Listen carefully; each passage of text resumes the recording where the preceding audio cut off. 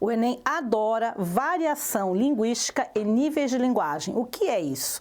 Primeiro a gente vai começar com a variação linguística. O nome já diz, ó, variação da linguagem. Só que essa variação linguística ou da linguagem pode ser feita por vários ângulos, tá? Então, primeiramente, vamos ver a variação social. Tá? O que quer dizer uma variação linguística social? Quer dizer que o teu texto, o meu, a nosso falar ou nosso escrever muda de acordo com o ambiente onde a gente está. Se eu estou num grupo de advogados e eu sou advogada, eu vou usar uma linguagem típica do advogado. Se eu sou médico também. Se eu sou um surfista, um outro tipo de linguagem. Aí entra o quê, pessoal? As linguagens de grupos e as gírias. O Enem sempre tem uma questão que pega algum grupo social e fala sobre o que a linguagem daquele grupo. Vamos ver? Então, pessoal, eu trouxe para vocês a questão 8 de 2021 do Enem, um trecho da questão para vocês olharem exatamente o que eu acabei de dizer. A questão começava assim, um texto dizendo: gírias das redes sociais caem na boca do povo. Tá? Nem adianta fazer a egípcia, entendeu? Veja o glossário. Então, vocês estão percebendo pelo esse título desse texto que o Enem se preocupou em pegar um texto com uma linguagem do famoso interneteso, a linguagem da internet e das redes sociais. E ainda coloca um glossário. O que é um glossário? O glossário é uma espécie de vocabulário, de dicionáriozinho daquele grupo. Então, vocês estão vendo aí, por exemplo, tá, fazer egípcia. Eu não sabia que fazer egípcia era ignorar algo. Stalkear eu até conhecia. Stalkear é seguir alguém, certo?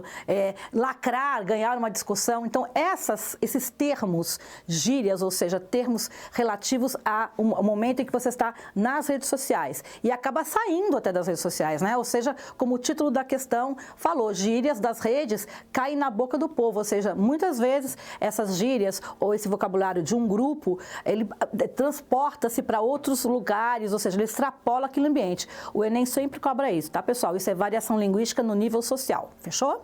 A segunda variação é a variação histórica. Ela cai menos no Enem, sabe? Mas é importante falar também. Então, a variação histórica é o seguinte: a minha avó falava certas palavras que eu não falo aqui. Então, dá uma olhadinha no que nós temos para vocês.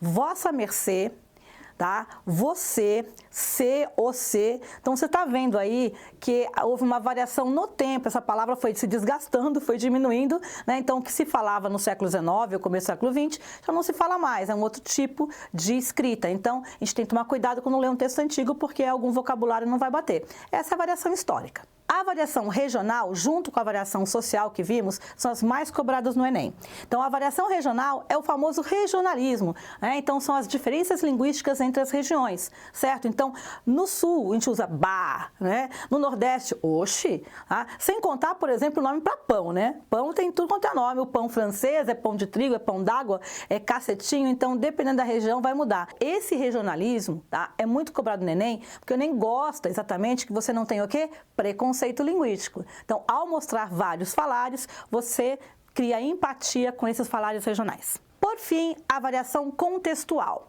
Bom, imagine você está, por exemplo, apresentando o seu trabalho lá na faculdade, já passou no Enem, está lá, primeiro semestre, né? Você vai apresentar com um português bacana, com vocabulário legal, né? Com uma entonação assim, usando claramente as suas regras cultas, né? Que você aprendeu e tal. Você vai se preocupar com a linguagem, né? Uma linguagem mais norma culta. Então, você está aqui com a situação de formalidade. Agora, saiu de lá, vai beber com os amigos, vai falar assim, não, puxa, apresentei o trabalho, ganhei 10. Você já está mais distendido, usando uma linguagem mais coloquial. Então, grave esse termo, coloquialidade versus formalidade. Ok, pessoal? Então, dá uma olhadinha que eu coloquei para vocês. Uma situação clássica.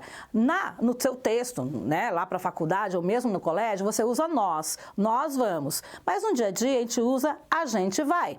Então, o a gente é a versão popular, coloquial do nós.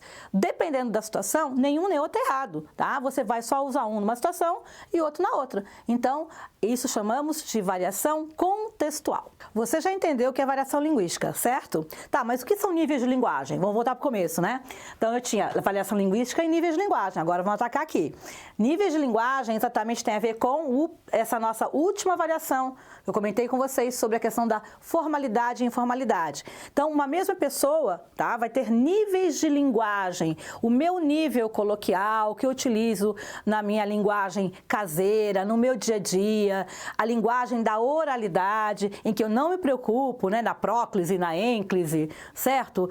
Se tem crase ou não tem crase, essa é a tal da linguagem mais informal ou norma popular. Olhem agora que eu trouxe para vocês. Norma popular, estão vendo ali? Níveis de linguagem, lá em cima a norma culta e a norma popular. No meio do caminho existe um nível comum, que é um português correto, sem muita erudição, sem muitas marcas da oralidade, e que a gente utiliza uma linguagem padrão. Seria a linguagem, por exemplo, dos jornais, né? Jornais televisivos, é uma linguagem que chamamos em inglês standard, certo? E aí, pessoal, eu quero te convidar a lembrar da aula que vimos agora há pouco, de gêneros textuais. Lembra? Lembra que na tipologia narrativa a gente pode ter um chat, uma conversa de WhatsApp, até um romance do Machado de Assis? Então, um romance, uma obra literária, tá? Com certeza vai usar um tipo de linguagem diferente a que você usa no Zap, não é isso?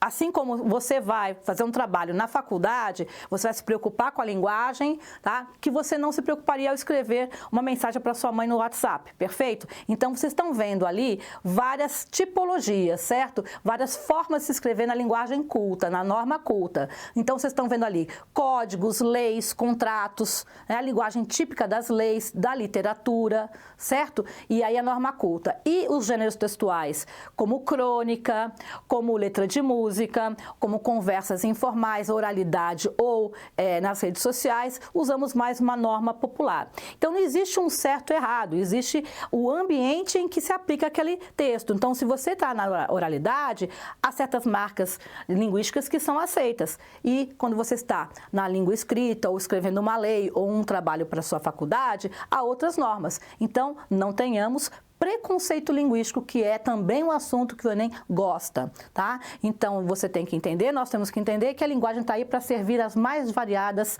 funções. E o Enem sempre cobra isso. Fechou, pessoal?